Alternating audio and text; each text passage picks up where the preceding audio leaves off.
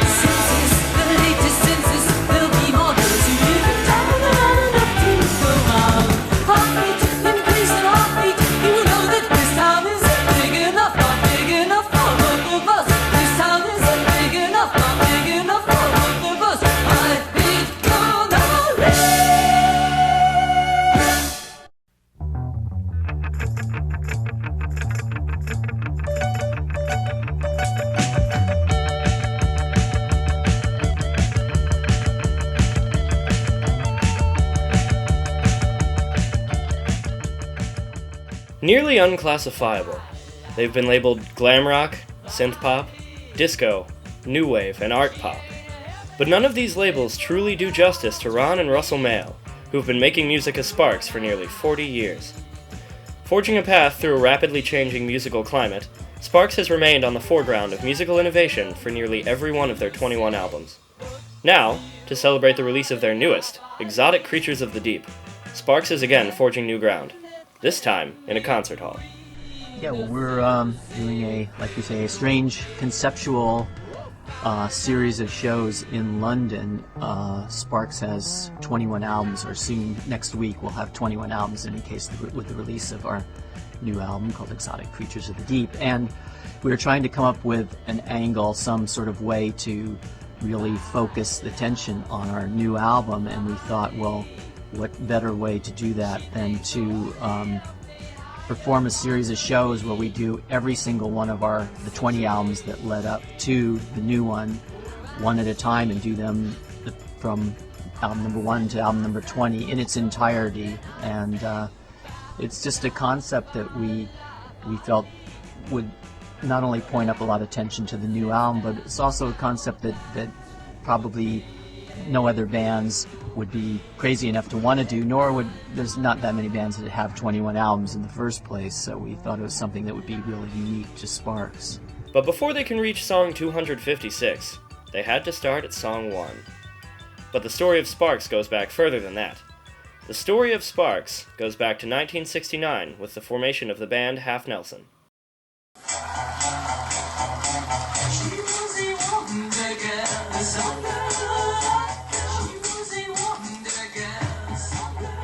After responding to an ad advertising a recording studio, Ron and Russell Mael met guitarist Earl Mankey. Mankey quickly convinced the brothers to hire him, and the trio Half Nelson was born. With Mankey handling recording, Ron behind keyboards and songwriting, and Russell on vocals, Half Nelson began recording immediately. These demos attracted the eyes of former Nas man and future Gold albumer Todd Rundgren. Rundgren loved the peculiar look and even more peculiar sound of the band, and moved for them to be signed with his label Bearsville. His cheerleading paid off, and soon he was producing the self-titled debut of Half Nelson. The trio found a drummer and bassist in Harley A. Feinstein and Jim Mankey. The resulting album was a collection of bizarre numbers with a distinctly homemade sound prevalent. Unsurprisingly, with weird sound, weird name, and weird cover, the album didn't sell. Well, people didn't know what to make of us. I mean, that was the strange thing. We had 2 albums out in America, and we were kind of met with just mouths agape by about 6 waitresses at the Whiskey A Go Go all the time. We formed a band about 5 years ago in Los Angeles, and it was called Half Nelson at the time, and we had 2 albums out on an American label. Russell, and did they sell? No, those records didn't sell at all. So we changed our name to Sparks, and thinking that we would sell more records. Asked me if they sold. Russell, did your name change to Sparks have an effect on the sales? Not at all. Oh. Still didn't sell. No. So we came to England. We came to your country, and came out with a new album. Asked me what happened to the new Russell, album. when you moved to England, did the Yeah. record sell? Yeah, it sold. What we were doing there was so much more tremendous than what we had gotten in America, and we were doing the same thing. We felt it was just that we had to find people that really understood what we were doing, and in America that wasn't happening, and in Britain it was.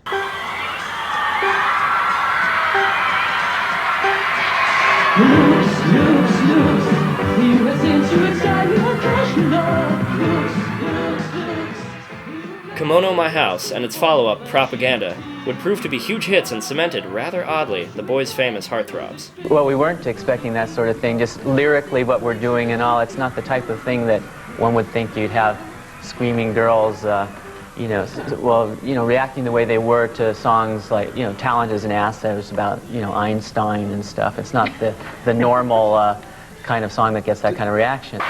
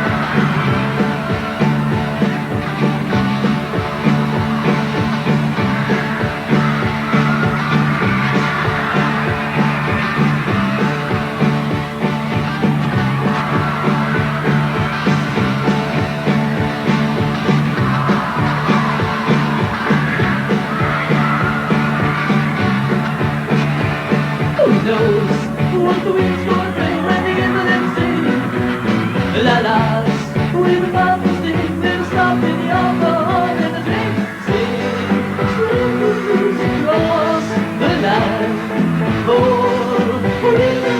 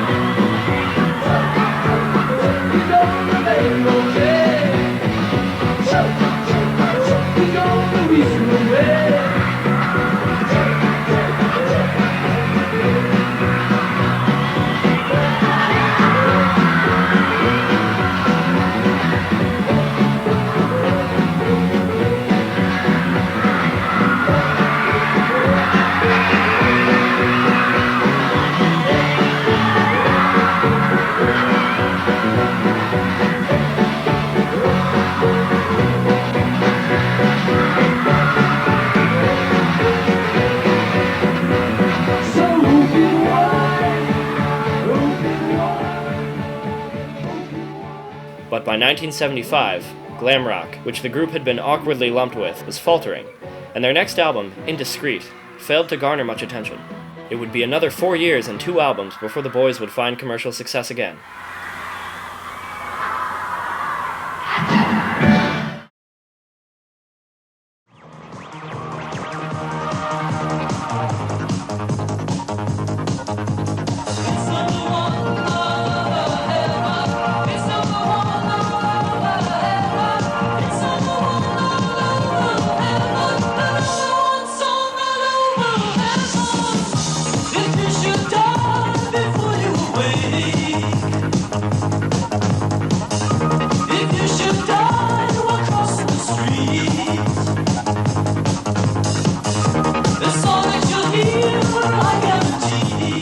Ron and Russell decided that a drastic change in their sound was needed.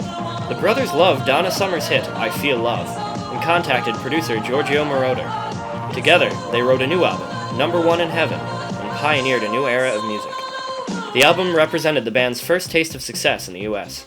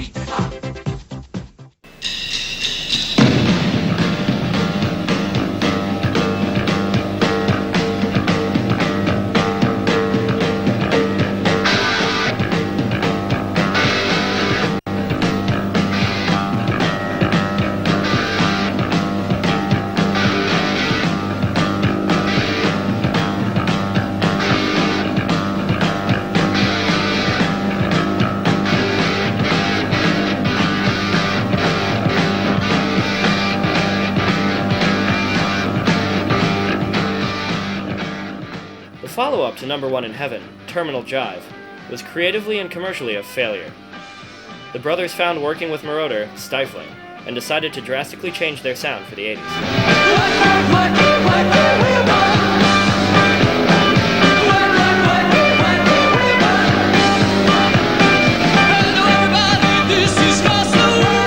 Ron and Russell recruited the backing band Bates Motel, and released Womp That Sucker. Womp and its 2 follow-ups, Angst in My Pants and Sparks in Outer Space, received heavy play from Los Angeles station KROQ. Sparks' newfound stateside popularity led to numerous appearances on American Bandstand. Okay, well, welcome to Sparks Bandstand, and today we're going to be having Sparks on the show. We're so happy to have you back on our show because somebody like you that keeps coming up with those. So, this gentleman, I've known this gentleman for many years. He's been on our show many, many times. Numerous frightening videos on the newly created MTV.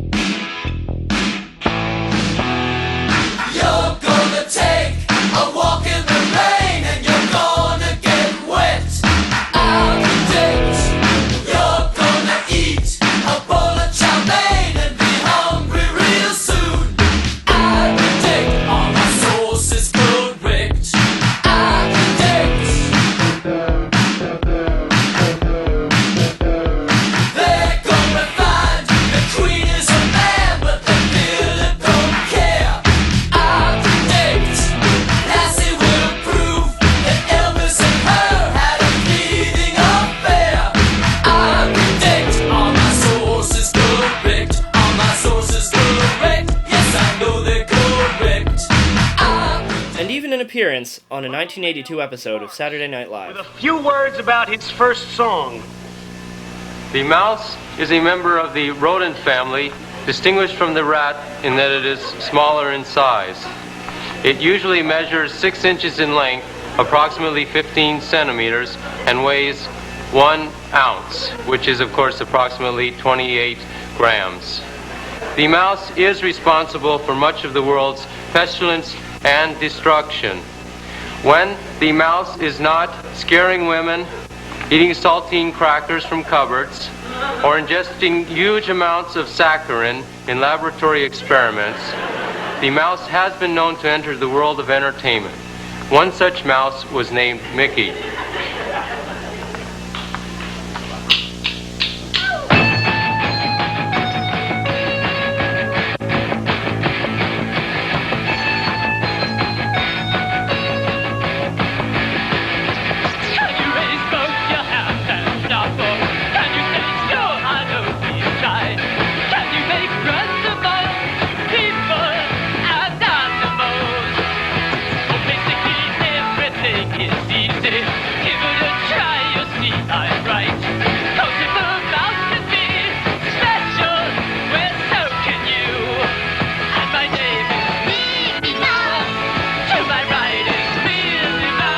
Sparks were winning new fans across the nation, including the Go-Go's Jane Weedlin. She had written a really nice letter to the Sparks fan club saying how she'd been a fan of Sparks for about 10 years, and that and so they passed that letter on to me, and I thought that was really nice that it was on Go-Go's stationery and everything on the, you know, the little header. And so I wrote back saying, you know, if Jane would ever like to do a duet or anything together or have an affair or anything, I'd be more than willing to do, you know, either of them.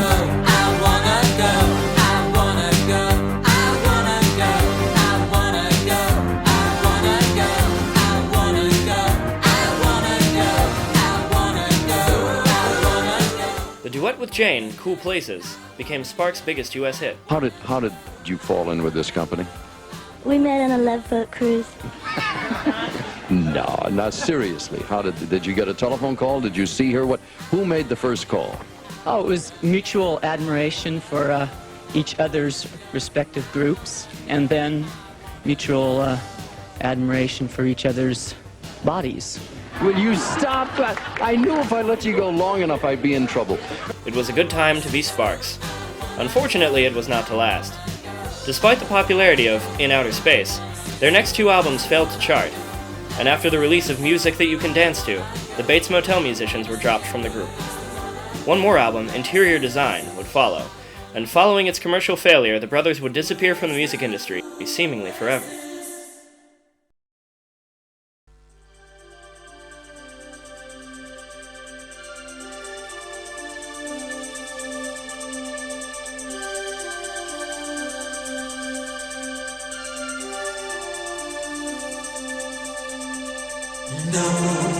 No use in lecturing them or in threatening them. They will just say, who are you? Is that a question or not? And you see that the plot is predictable, not new, but just a stunt at the things you will do. Suddenly, out of nowhere, in 1994, the brothers appeared to release gratuitous sax and senseless violins. In the interim, the brothers had kept busy. For the past 5 years, we've been working on a movie musical that's being produced by Francis Ford Coppola. It's called My the Psychic Girl, based on a Japanese comic book. And what we wanted to try to do, the reason for the lack of visibility in Britain, was we wanted to try to find a context, a new way, musical context to put Sparks in, where people would perceive what we're doing in possibly a different sort of way. Gratuitous sax returned the boys to European fame for the first time since 1975's Indiscreet. We're really happy that the new single was well received, and that hope the album will do the same, and that people will just say, oh well, Sparks was off the scene for a while, but they're back, and it won't be a thing like a nostalgic revival for Sparks. It'll be that Sparks is just back as a current band. Despite the band's resurgence in popularity, this would be their only original output of the 90s. Their 97 album, Plagiarism, remained, appropriately, a tribute album to themselves. By the 2000 release of the album Balls, the Sparks sound of the 90s had grown stale. So few of their contemporaries were still composing and performing. Perhaps it too was Sparks' time to say goodbye to the music industry, which had tolerated them all these years.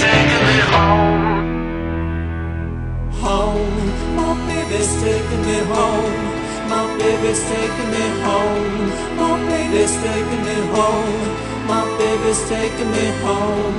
My baby's taking me home. My baby's taking me home. My baby's taking me home. My baby's taking me home. As we walk through the morning rain, my baby's taking me home. And the skies are clearing, my baby's taking me home. And the streets are glistening. My baby's taking me home. Streets named for New England trees. My baby's taking me home. A rainbow forms. My baby's taking me home. But we're both colorblind. My baby's taking me home. But we can hear what others can't hear. My baby's taking me home. We can hear the sound of a chorus singing.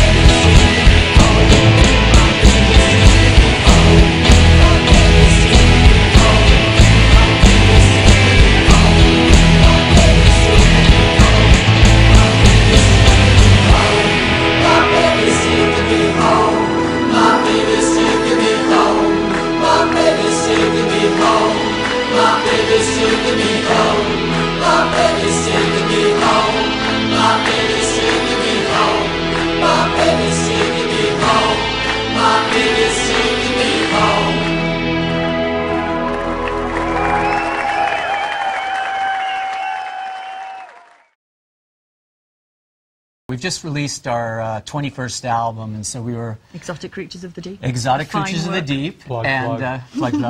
And we were trying to come up with some conceptual way to put some focus, a lot of focus on the album, and so we thought, what is there that Sparks could do that probably no other band in their right mind would want to undertake, and that was to do live in concert all 20 albums that have led up to the 21st one, and do them all in concert from song number 1 to song 256. She won't go out with me, no, she won't go out, says my intellect's paper thin.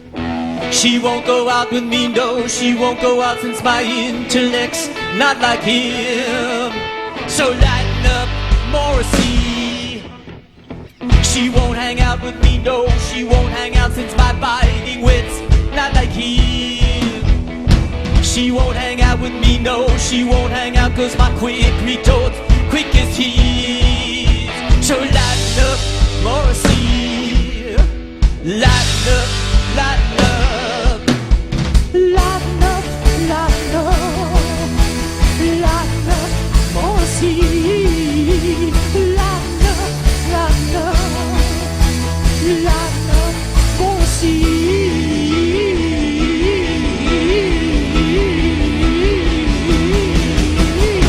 She won't have sex with me, no, she won't have sex that's been done with a pseudonym. She won't use one with me, no, she won't use both, cause it's way, way too masculine. Look at him, so lighten up, Morrissey. Lighten up, lighten up. Lighten up, lighten up. Lighten up, Morrissey. Lighten up, lighten up. Lighten up, Morrissey. I've got comparisons coming out my ears and she never can hit the pause. If only Morrissey learned some more. Playing live is just a release and kind of a way to kind of be facing real live people. Lighten up, lighten up, Morrissey. It's been an amazing experience. As we had some trepidation that this thing was going to work, but the audience have been just amazing every night.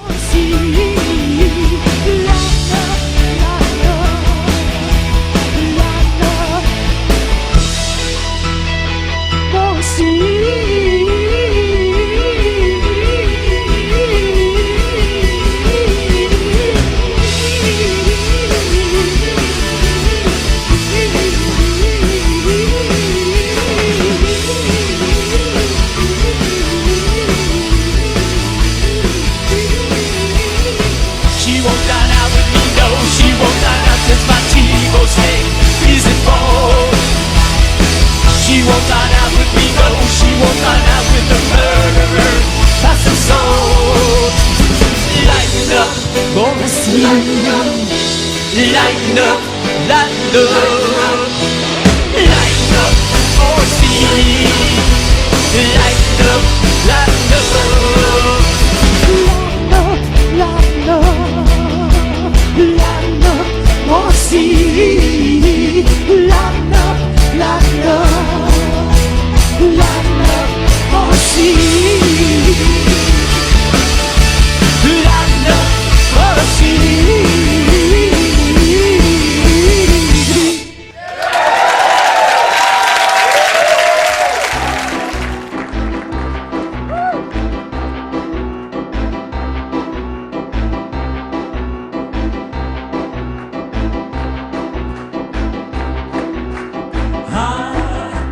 Suburban homeboy with a suburban home right by my side. Information was false, dude. Oh, well, you must have grown it last night. Yeah. Yeah. Enough for them, I'll play my shaggy enough for them. I'll pop a top and some mood in the captain. I'm a suburban homeboy. Found this show a little bit too smutty. I think it's time to inject a little art into this, so we're going to cook a Walter Keane painting tonight. The suburban homeboy with the suburban home right by my side. I'm the suburban homeboy and I say yo dog to my detailing guy. Well, do you enjoy meeting the groupies? Are they any fun or not? They provide a valuable service. What's that? Well, they tend to have sex with you sometimes. Oh, God. I am a suburban homeboy with a suburban home right by my side.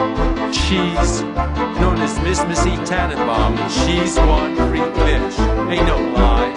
She's from the projects in San Tropez. She looks like Iverson in a way. She yo-yos me.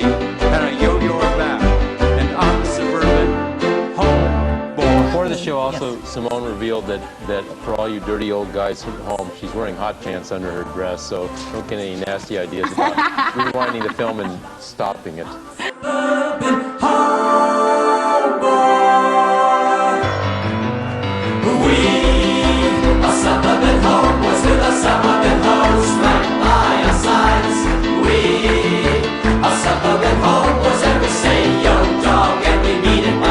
Now I know why I took the cardio off in the first place. Yeah. Quite ingenious. No. You should see what it's on my underpants.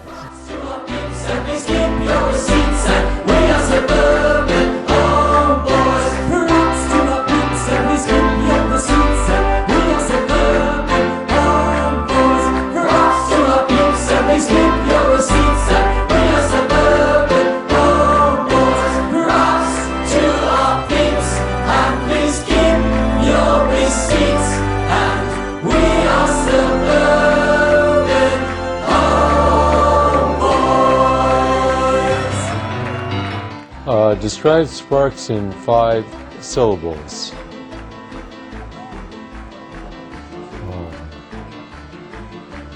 Hot, hot, hot. Hot, hot. We've got an old school mentality, hurting fingers mentality. Rocks to our peeps and please keep your receipts, and we are suburban homeboys. Describe Sparks in 5 words. And you already described Sparks in 5 words? 5 syllables. Oh, you were 5 Well, syllables. I cheated. Let's see, I've got one. Hot, hot, hot, hot, and hot. Rocks to our peeps and please keep your